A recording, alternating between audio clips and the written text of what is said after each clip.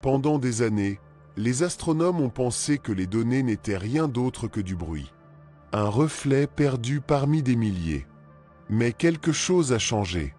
Sa vrille, auparavant irrégulière, a commencé à se stabiliser.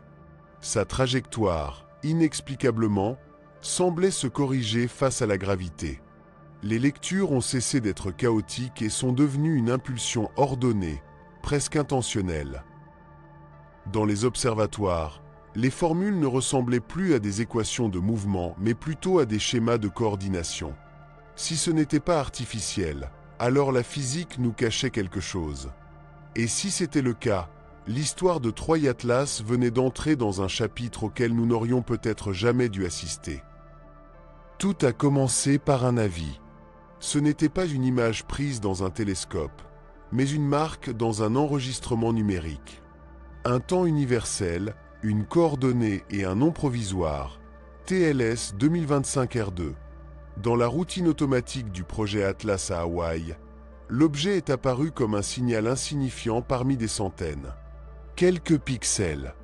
Mais le système s'est arrêté. La trajectoire ne coïncidait avec aucune orbite connue. La vitesse était trop élevée, l'angle trop raide et les marges d'erreur étrangement parfaites. L'algorithme a étiqueté la découverte avec un seul mot, non lié. C'était suffisant pour transformer une détection de routine en anomalie.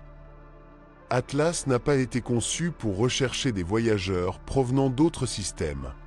Leur mission est de protéger la Terre, traquer les astéroïdes à proximité, surveiller les mouvements qui pourraient devenir une menace. Chaque nuit, ils scrutent le ciel par paire d'exposition, faisant correspondre les points lumineux en fonction de leur mouvement et de leur probabilité. Des milliers d'objets possibles disparaissent dans le bruit. Mais celui-ci est resté. Image après image. L'analyse était claire. Le Soleil ne pouvait pas le retenir. Son chemin n'appartenait pas à notre système. Avant que l'aube ne se lève sur le mont Mauna Loa, la nouvelle s'était déjà répandue parmi les observatoires. Des télescopes indépendants ont confirmé la trace faible et constante de l'objet. Ce n'était ni un satellite, ni un débris spatial. Il se déplaçait à près de 30 km par seconde, trop vite pour quelque chose de né ici. Le Minor Planet Center a publié une brève déclaration interne. Pas de titre, pas de photographie, juste des données, coordonnées, luminosité et un nom provisoire, Troy Atlas. Aucun média n'en a parlé. Personne n'a levé les yeux cette nuit-là. Tandis que les serveurs de Cambridge et de Tokyo échangeaient l'alerte, le monde poursuivait son cours, ignorant qu'un nouveau visiteur interstellaire venait de traverser notre ciel. Les détections de ce type ne font pas de bruit. Ils arrivent sous forme de chiffres, comme des lignes de code. Dans les premières heures, seules les machines étaient attentives. Télescopes automatisés ajustant les temps d'exposition, observatoires demandant des quarts de surveillance. L'objet s'estompait rapidement, sa luminosité tombant jusqu'à la magnitude 19. Chaque heure comptait.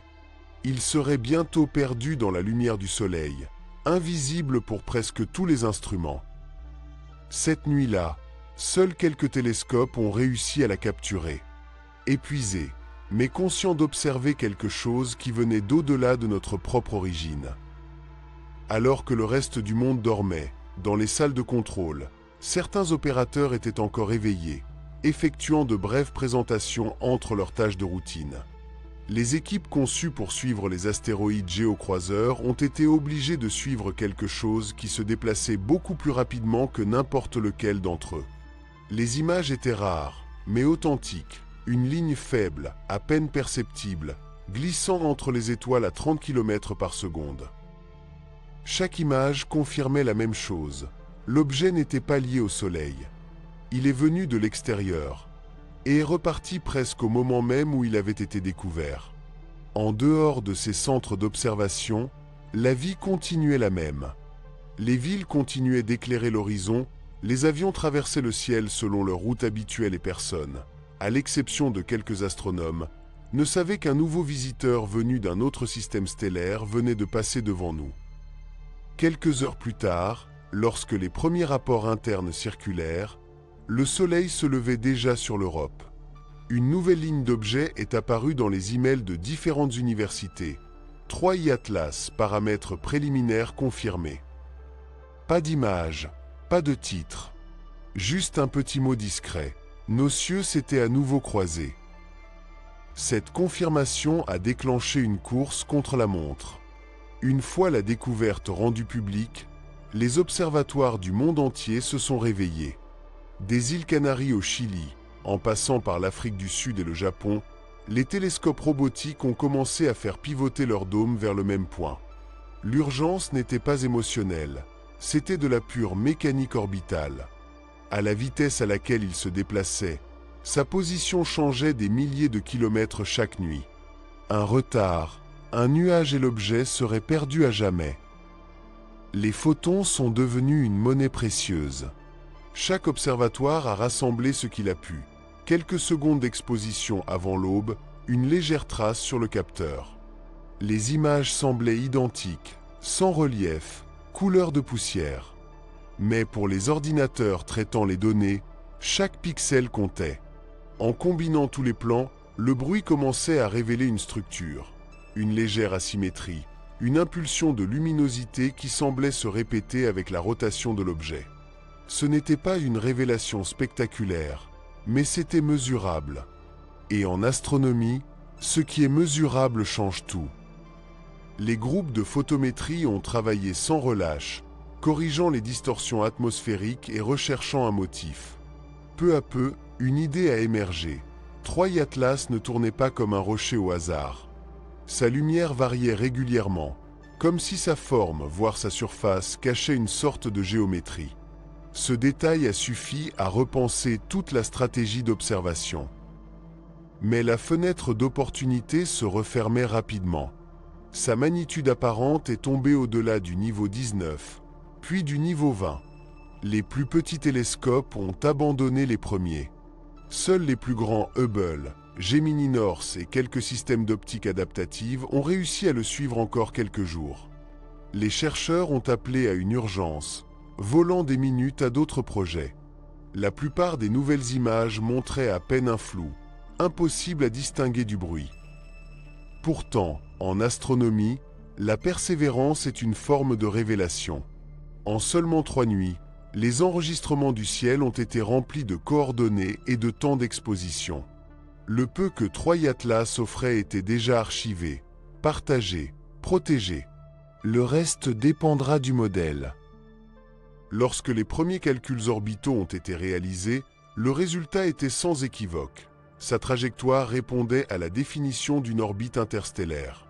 Son excentricité, légèrement supérieure à 1, indiquait qu'il ne reviendrait jamais. Mais les détails mineurs ne concordaient pas. La courbe de lumière montrait des pics rythmiques qui ne correspondaient pas à la vitesse de rotation estimée. Chaque tentative d'ajustement du modèle n'a fait qu'aggraver l'erreur. 3I Atlas ressemblait à une pierre naturelle, qui se comportait trop bien. Dans la dynamique habituelle d'une comète, un tel schéma a généralement une explication simple, la sublimation. Lorsque la lumière du Soleil chauffe l'une de ses faces, la glace emprisonnée sous la surface est libérée sous forme de gaz, générant de petits jets qui modifient sa rotation. Mais 3I Atlas n'a rien montré de tout cela. Leur fantôme était plat, presque stérile. Aucun signe de vapeur d'eau, aucune trace de dioxyde de carbone. Même sous de longues expositions, l'environnement reste propre, sans halo ni traînée de poussière. Dans les images brutes, seul l'objet était visible, un point de lumière réfléchi sans que rien ne s'en échappe. L'anomalie ne résidait pas dans la luminosité, mais dans le contrôle. Les équipes de dynamique orbitale ont commencé à recalculer sa trajectoire. Au Jet Propulsion Laboratory de la NASA et au Centre européen des opérations spatiales, des analystes ont comparé des données indépendantes. Les deux séries ont coïncidé. Il y a eu une accélération non gravitationnelle, douce mais persistante, semblable à celle qui, il y a des années, avait dérouté le monde avec le passage de Oumuamua. Ce n'était pas aussi prononcé, mais c'était réel. Et, encore une fois, cela ne pouvait pas s'expliquer uniquement par la pression du rayonnement solaire. Chaque tentative d'ajustement générait une nouvelle contradiction. Plus les chiffres étaient raffinés, moins l'objet se comportait comme un rocher. Pourtant, personne ne parlait ouvertement de propulsion. Des mots comme « manœuvre » ou « intention » ne figuraient pas dans les rapports professionnels. Le langage reste technique, presque aseptique, déviation radiale persistante, accélération sans sublimation, faible albédo. Mais entre les lignes, quelque chose d'autre était perçu. La conscience qu'il y avait désormais deux visiteurs interstellaires qui contestaient les mêmes lois. D'abord Oumuamua. Maintenant, Troy Atlas. Une coïncidence peut s'expliquer. Deux commencent à remettre en question les statistiques. Tout au long de la semaine, les cartes se sont remplies d'orbites révisées. Ils ont tous convergé vers la même figure impossible, une courbe exacte, tracée avec une précision mathématique, mais sans le comportement physique pour la justifier. L'objet suivait la géométrie, mais pas la logique. La science a fait ce qu'elle fait de mieux, décrire ce qu'elle comprend et mesurer ce qu'elle ne comprend pas. En quête de réponse, les astronomes se sont tournés vers la lumière. Si ce n'était pas une comète typique, de quoi était-elle faite?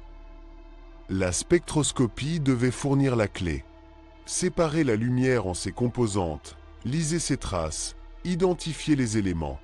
Chaque molécule laisse une trace, même dans les corps les plus éloignés.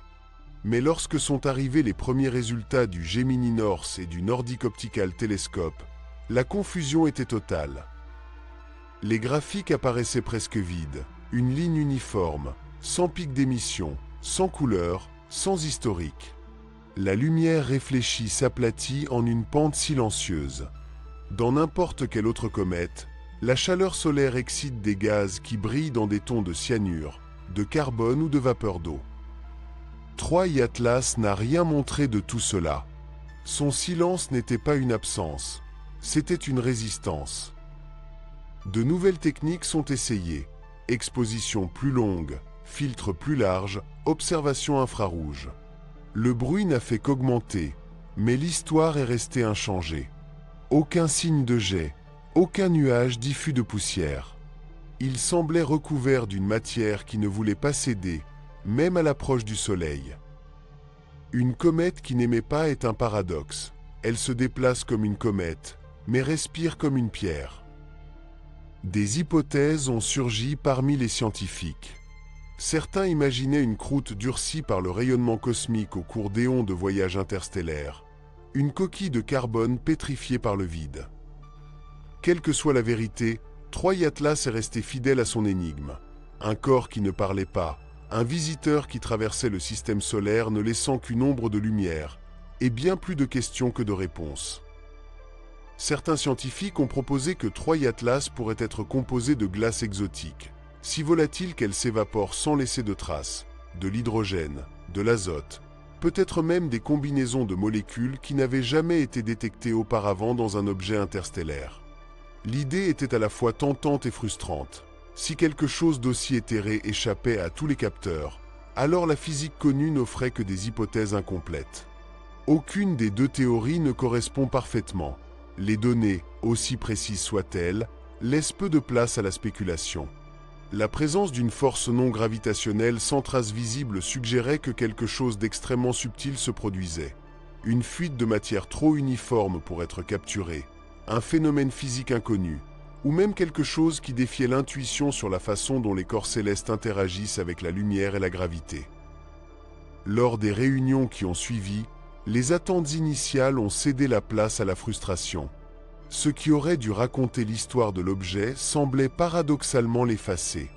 Les graphiques qui devaient parler dessinaient des lignes silencieuses.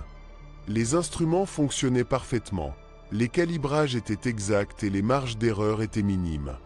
Cependant, le visiteur n'a rien proposé en retour.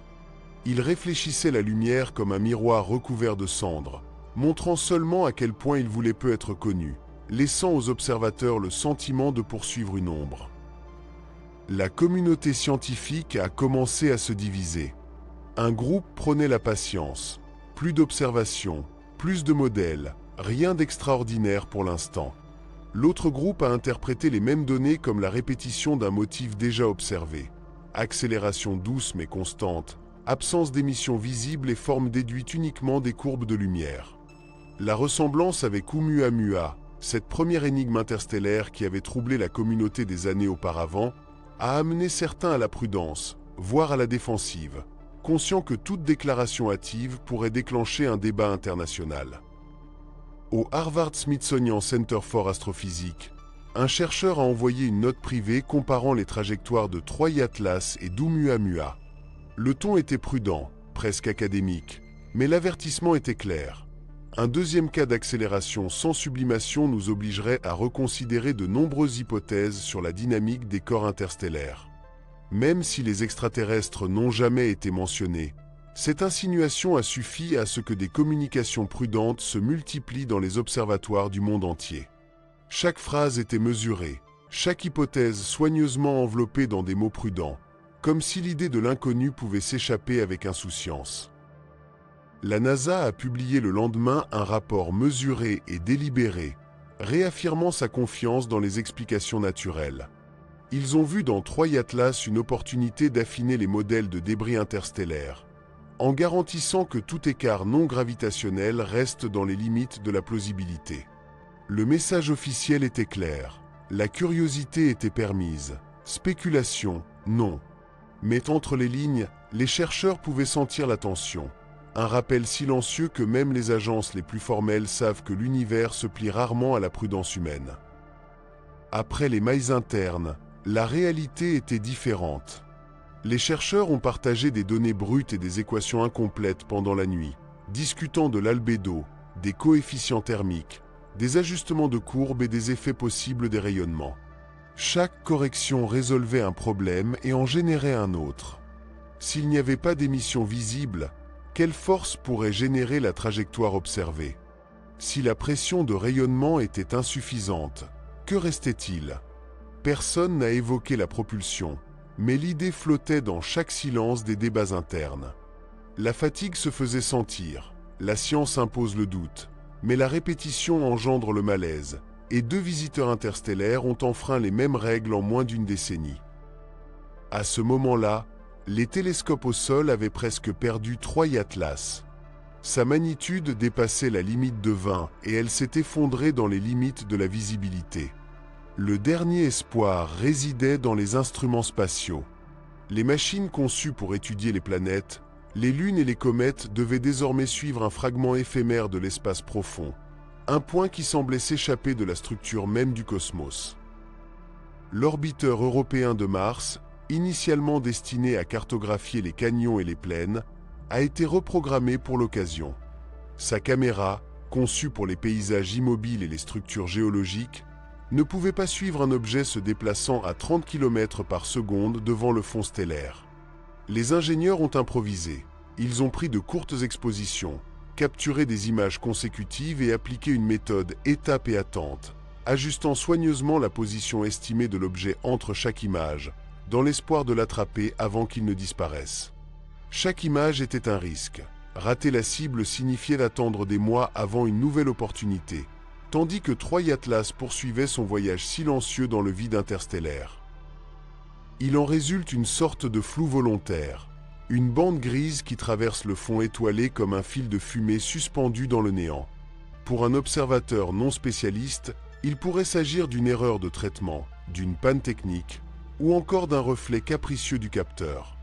Pour les scientifiques, cependant, il s'agissait d'une confirmation silencieuse que la lumière avait atteint exactement les coordonnées prédites et que chaque pixel racontait une histoire.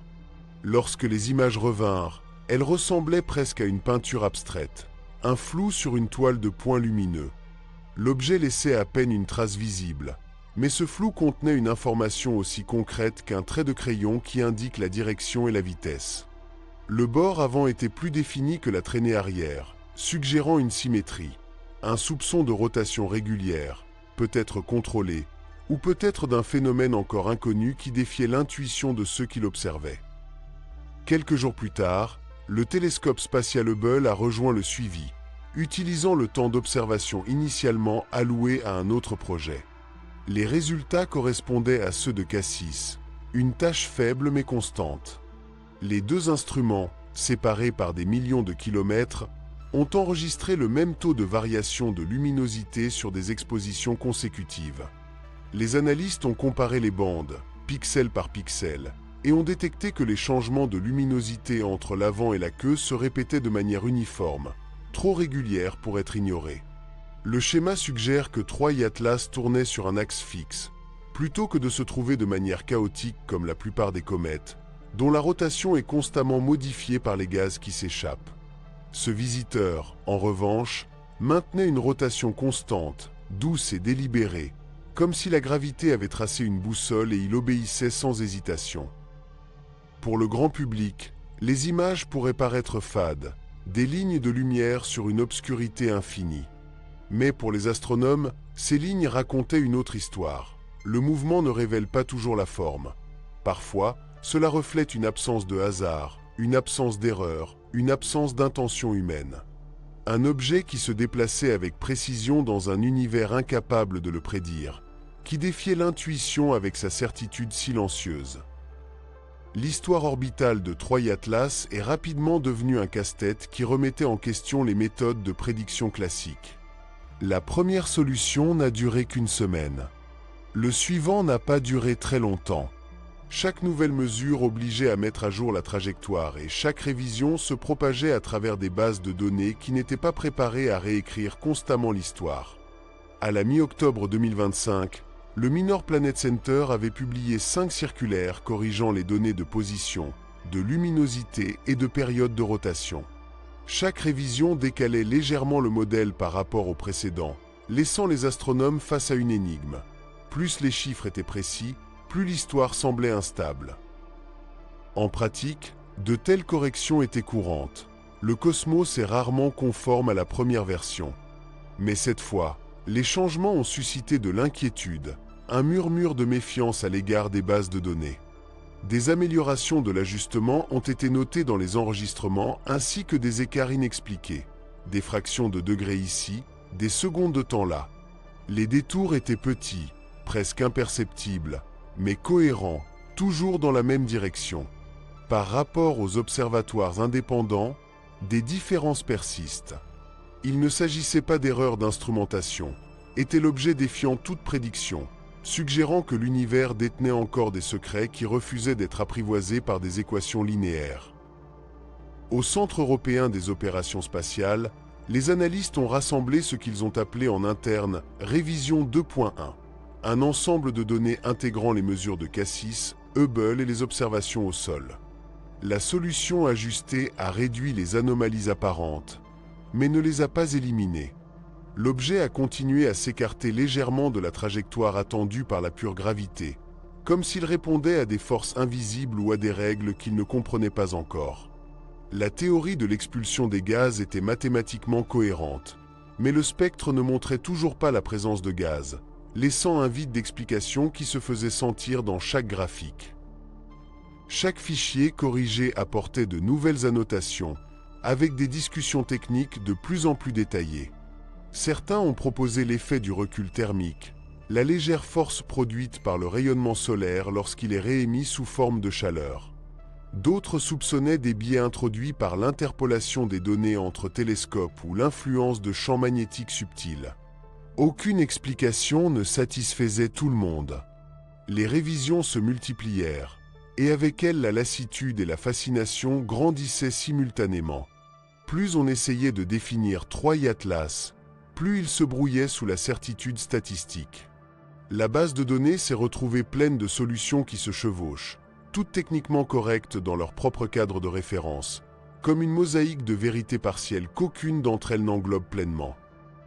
Pour le public, la dernière mise à jour semblait intéressante, un arc propre du système interne, parfaitement aligné et prévisible.